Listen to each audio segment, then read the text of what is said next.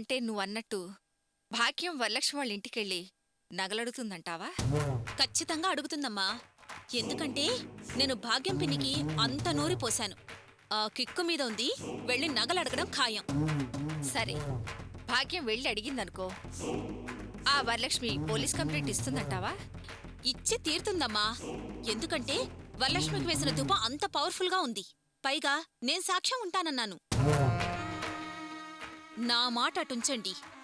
అసలు ఆ భాగ్యం వాళ్ళింటి ముందుకెళ్ళి వాగిన వాగుడికి ఆ వరలక్ష్మికి అసలే ఒళ్ళు మండి మంచి కసిమీదుంది. ఆ సగను ఎగదోసి మంట చేసి వచ్చాను నేను. పొరపాట్న భాగ్యం అటువైపు వెళ్ళిందో ఆ మంటల్లో మాడి చావడం ఖాయం. భాగ్యం వెళ్ళడం ఆలస్యం, వరలక్ష్మి ఆ కుటుంబాన్ని జైల్లో పెట్టించడం ఖాయం. సరే, ఆ వరలక్ష్మి కేసు పెట్టినా ఆవిడ గారి మొగుడు ఒప్పుకుంటాడా? వద్దని చెప్పడు. వరకట్నప్పు కేసంటే మామూలు మాటలా? వాళ్ళు సహకరించకపోతే ఆ వరలక్ష్మి ఒంటరికి ఏం చేస్తుంది చెప్పు? అమ్మా, ఆ కుటుంబం సంగతి నీకు తెలీదా? ఆ ఇంట్లో వరలక్ష్మి మాటే నెగ్గుతుంది. ఆమె నిర్ణయాన్ని కాదనే ధైర్యం ఎవరికుంది చెప్పు? ఒకవేళ ఆమె నిర్ణయాన్ని మార్చే శక్తి ఆ కుటుంబానికి ఉండుంటే ఈ పాటికి ఎప్పుడో అర్చన పుట్టింటి నుండి అత్తారింటికొచ్చేది. కానీ పంపలేదే, పంపించలేకపోయారు. పవ్వరంతా ఆ వరలక్ష్మిదే. ముందు అది గమనించండి మీరు. భాగ్యం తిట్టింది, కల్తీ బంగారాన్ని నిందేసింది. అది వరలక్ష్మి సహించదు. సందు దొరికితే వరకట్నం వేధింపు కేసులో వాళ్ళందర్నీ ఇరికించేసి పగ సాధించడం ఖచ్చితంగా జరుగుతుంది. ఆ కుటుంబం అంతా జైలు పాలు కావడం ఖాయమమ్మా. అదే జరిగిందనుకో, ఇక ఆ రెండు కుటుంబాలు జన్మలో కలవు, కలిసే అవకాశమూ ఉండదు. ఒకవేళ మీరన్నట్టు ఇది మిస్ అయినా గాని చాలా ప్లాన్స్ ఉన్నాయని మీరే కదా అన్నారు. ఇక వాటి గురించి అనవసరం. ఈ ప్లానే సక్సెస్ అవుతుంది. వాళ్ళు పర్మనెంట్గా విడిపోతారమ్మా. ఇక అర్చన బతుకంటావా, పుట్టింట్లోనే తెల్లారాల్సిందే. కరెక్ట్గా చెప్పావమ్మా. దానికోసమే నేను ఇన్నాళ్ళు ప్లాన్స్ అన్ని వేశాను. నా కల నిజమవుతుంది. నేను అనుకున్నవన్నీ జరగబోతున్నవన్నీ చాలా ఆనందంగా ఉంది.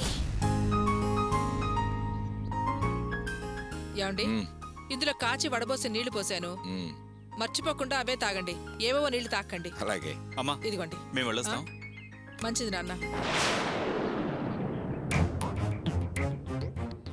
ఏంటి చెల్లెమ్మ అక్కడే నిలబడ్డావు? లోపలికి రామ్మా. నేను లోపలికి రావడం కుదరదు, కానీ వచ్చిన విషయం చెబుతాను వినండి. నగలేసి అమ్మాయిని పంపండి అని ఇక్కడే వదిలేసి వెళ్ళాం. అప్పటినుంచి ఓ కబురు లేదు, కాకరకాయ లేదు. అసలు మీకు అమ్మాయిని కాపురానికి పంపించే ఉద్దేశం ఉందా లేదా అది తెలుసుకోవడానికే వచ్చాను. ఏ సమాధానం చెప్పరే? మీ అమ్మాయిని మీ ఇంట్లోనే ఉంచుకుంటారా? ఉంచుకోండి, మాకేం బాధలేదు. లేదు నగలేసి పంపిస్తానంటారా? అది మాకు సమ్మతమే. ఏదో ఒకటి తేల్చి చెప్పండి. మీరేమో మీ అమ్మాయిని ఇక్కడే ఉంచుకోవటం, మేమేమో పిచ్చి మొహాల మీ ఇంటి చుట్టూ తిరగడం, మిమ్మల్ని బతినాడు తీసుకెళ్లడం అలవాటైపోయింది. కానీ ఈసారి అలా జరగదు. మీరు మీ ఉద్దేశం ఏంటో చెబితే మేము మరో ఏర్పాటు చేసుకుంటాం. పంపారా? సరే సరే. లేదా మా అబ్బాయికి మరో పెళ్లి జరుగుతుంది. అర్థమైందా? చేసుకున్న సంబంధమే ఇంత లక్షణంగా ఉంది, మళ్ళీ ఇంకో పెళ్ళా? ఇలా ఇంకా ఎన్ని కుటుంబాలు నాశనం చేస్తావమ్మా? నీ కొడుకు ఎన్ని పెళ్లిళ్ళు చేస్తావు? ఇంకా ఎంత బంగారం సంపాదిస్తావు? మేమేమి ఎవరి కుటుంబాన్ని నాశనం చేయలేదు. ఏరి కొరి నీ బిడ్డనే చేసుకున్నాము, మట్టి కొట్టుకుపోయాము. నాశనమైంది మేము, నీకేం తీపరం? నీ కుటుంబం ఎందుకమ్మా నాశనమైంది? తడు ఒక కారణం చెప్పడం, సొమ్ము లాగడం. నీకేం తక్కువ? పోయేది మా సొమ్ము, నువ్వు అడగా మేమివ్వా. ఇదే సరిపోతుంది మా బతుక్కి. వరలక్ష్మి, కాస్త నోరు తెరవకుండా ఉంటావా? నువ్వు మాట్లాడే ప్రతి మాట మన అర్చన జీవితానికి అడ్డంకిగా మారుతోంది. కాస్త నిదానంగా ఆలోచించి మాట్లాడటం నేర్చుకో.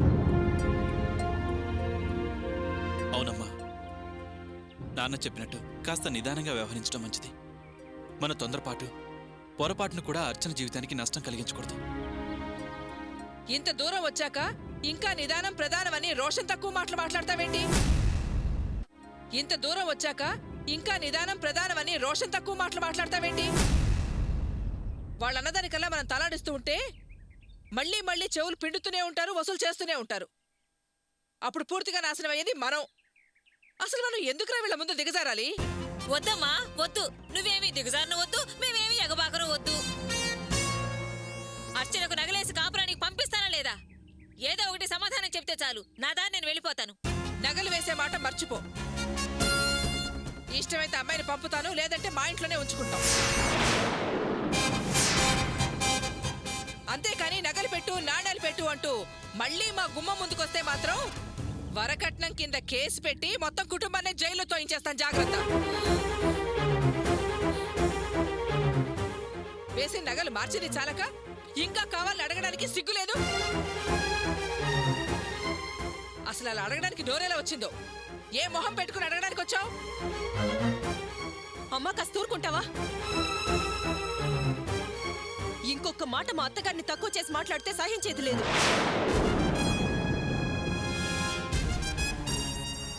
నా అత్తింటి మర్యాద తీస్తే నేను ఊరుకోను. ఏంటే ఏమన్నావే? అత్తిల్లా? ఏ అత్తిల్లు కాదా, ఆయన అల్లుడు కాదా? తాళి కట్టిన వాడి వేలు పట్టుకుని బతకడానికి వెళ్ళిన ఆ ఇల్లు నాకు అత్తిల్లు కాదు? ఏ ఇంట్లో నేను కాపురం చేస్తున్నానో ఆ ఇల్లు నాకు మెట్టినిల్లు కాదా? అది ఆ ఇంటి వాళ్ళని నా అత్తను అవమానిస్తుంటే అది కోడలికి జరిగినట్టే. ఏ కోడలైనా చూస్తూ ఊరుకుంటుందా?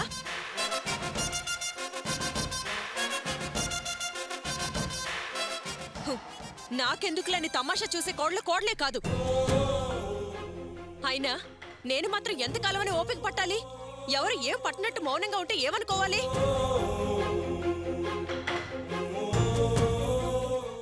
కూతురి జీవితం ఏవైపోయినా పర్వాలేదు, అత్తగారింటికి పంపే ఉద్దేశమే లేదని నువ్వు పట్టు కూర్చుంటే నేను ఎంతకాలమని పట్టించుకోకుండా ఊరుకోవాలి? కన్న తల్లివని ఇన్నాళ్లు సహించాను, ఇక నా వల్ల కాదు.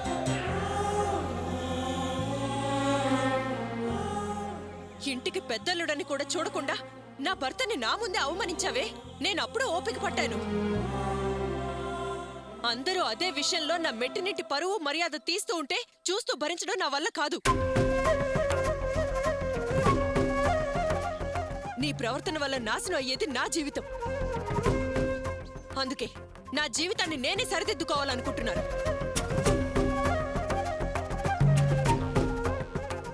ఇంతకాలం మౌనంగా భరించాను, ఇంక నా వల్ల కాకే అడుగుతున్నాను. ఆ 10 తులాల బంగారం వేసి నన్ను కాపురానికి పంపిస్తారా లేదా? అర్చన, జరిగిందంతా తెలిసి కూడా ఏంటి నీ మాటలు? నీకేమైనా మతిపోయిందా? జరిగిపోయిన దాని గురించి కాదు, జరగాల్సిన దాని గురించి అడుగుతున్నాను. నాకు నగలిచ్చి అత్తగారింటికి పంపుతారా లేదా? అర్చన, నువ్వు మీ అత్తగారింటికి వెళ్ళాలి. నీ భర్తతో నువ్వు సంతోషంగా కాపురం చేసుకోవాలి నాకు ఉంది. అలా జరిగితే మొట్టమొదటిగా సంతోషించేది నేనేనమ్మా. అందుకని ఈవిడ ఆడిచ్చినట్టు ఆడాలా? అందుకని మీరు కాదంటారు. నేను జీవితాంతం ఇంట్లోనే ఉంటే నా సంతోషం మీకెలా దక్కుతుంది?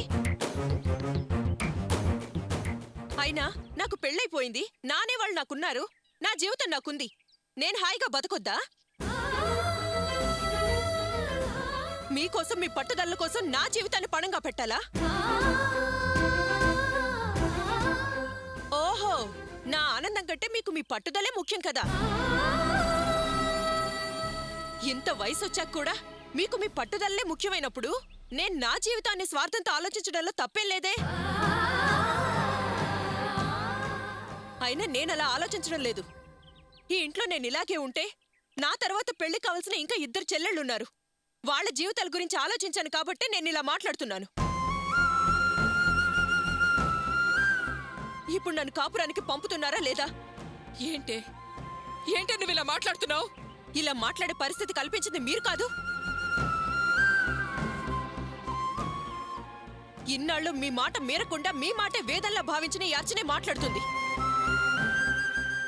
నా జీవితం ఎక్కడ ముడిపడుందో ఆ ఇంటి పరువు ప్రతిష్టల కోసం మాట్లాడుతుంది. సూటిగా సమాధానం చెప్పండి. మా అత్తయ్య అడిగిన 10 తులాల బంగారం వేసి పంపించడం మీ వల్ల అవుతుందా అవదా? చూస్తున్నావా వినోద్? నీ చెల్లెల ప్రవర్తన చూస్తున్నావా? అది అనే మాటలు వింటున్నావా? ఏమండి, మీ కూతురు ఎలా మారిందో, ఎలా మాట్లాడుతోందో వింటున్నారుగా?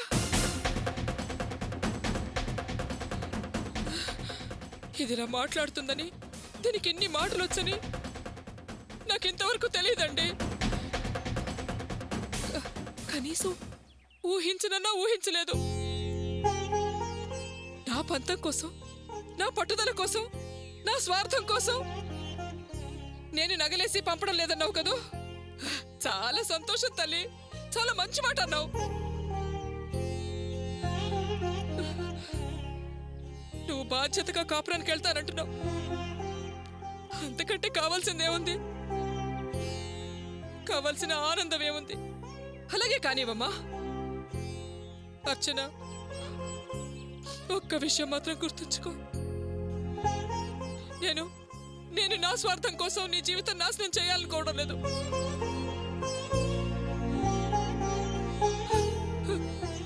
అలాంటి ఆలోచన కూడా లేదమ్మా. ఇవాళ 10 తులాల కోసం వెనకడ్డం లేదు. రేపు ఆ 45 తులాలు నకిలీవంటారే. ఆ తర్వాత మరొకటి మరొకటి మరొకటి. అందుకని కాస్త ఆలోచించి వెనకాడాను. కూతురి కాపురం కూలదోసే రాక్షసిని కాదే నేను. అసలు అది నకిలీది కాబట్టే నకిలీదన్నారు. అందులో తప్పేంటి? ఆ మాట నా మొహంలోకి సూటిగా చూసి చెప్పవే. మేము నీకు వేసి పంపింది నకిలీ నగ. అవును, అది నకిలీ నగ కాబట్టే నేను తలదించుకోవాల్సి వచ్చింది.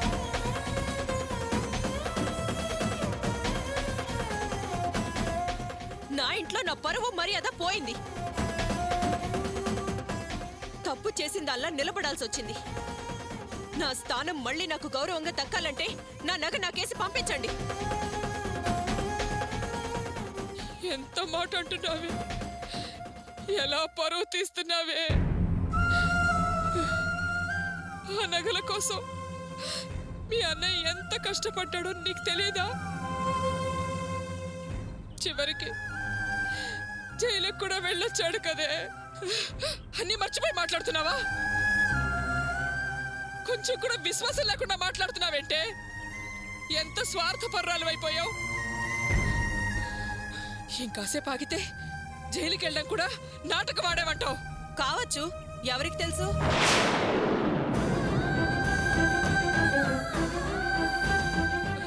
అరే వినోద్, చూడరా అది ఎలా మాట్లాడుతోందో. వింటున్నావా? అర్చన, ఏంటమ్మా నువ్వనేది? నేను నీ పెళ్లికి పడ్డ కష్టం అంతా డ్రామా అంటున్నావా? అలాంటి మాటలు మాట్లాడటానికి నీకు మనస్సాక్షి అనేది లేదా? ఉంది. ఆ మనస్సాక్షి చెప్పింది. దేశంలో ఎందరు ఎన్ని అబద్ధాలాడి పెళ్లిళ్ళు చేయట్లేదు. 1000 అబద్ధాలాడైనా ఓ పెళ్లి చేయమన్నారు. అలాగే నువ్వు ఓ అబద్ధం ఆడి నా పెళ్లి చేసావేమో ఎవరికి తెలుసు? శభాష్, చాలా బాగా మాట్లాడుతున్నావమ్మా. అన్నతో అమ్మతో ఇలా మాట్లాడుతుంది నా చెల్లి అని నేను కళ్ళలో కూడా ఊహించలేదు. నేను నీకోసం పడ్డ కష్టానికి మంచి గుర్తింపే ఇచ్చావమ్మా.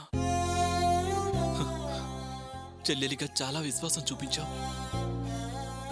మా మీద ఇలాంటి నిందలు వేయడానికి నీకు మనసు ఎలా ఒప్పుతోంది? నేనే నిందలేయట్లేదు. మీ పరిస్థితి మీ చేత అలా చేయించుంటుందేమో అంటున్నాను, అంతే.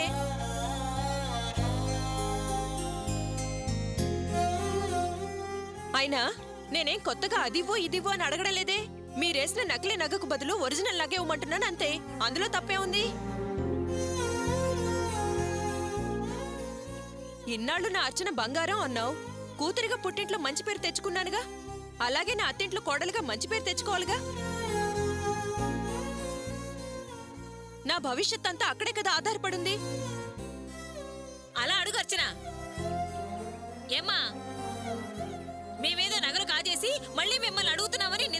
ముద్దులేస్తున్నావుగా ఇప్పుడు నీ కన్న కూతురు అడుగుతుందిగా చెప్పు ఏ సమాధానం చెబుతావో చెప్పు. మొత్తానికి కన్న తల్లిని ఎదిరించే కూతుర్లా తయారు చేసావు. నువ్వు మామూలు ఆడదానివి కాదు, జిత్తులు మారివి. అయినా వేసే నగలు చాలలేదు, మాస తీరలేదు అని అడుగు. ఓ పత్తిలాలు బిచ్చం వేస్తాను. అంతేకాని వేసిన నగలు నకిలీవంటే నాలుక చీరేస్తాను. తల్లి కూతుళ్ళని విడదీసి తంపులు పెట్టకు. వింటున్నావా అర్చన, వింటున్నావా? ఆవిడ గారు ముష్టేస్తుందంట. అమ్మా, అనవసరంగా మాటలు మీరకు.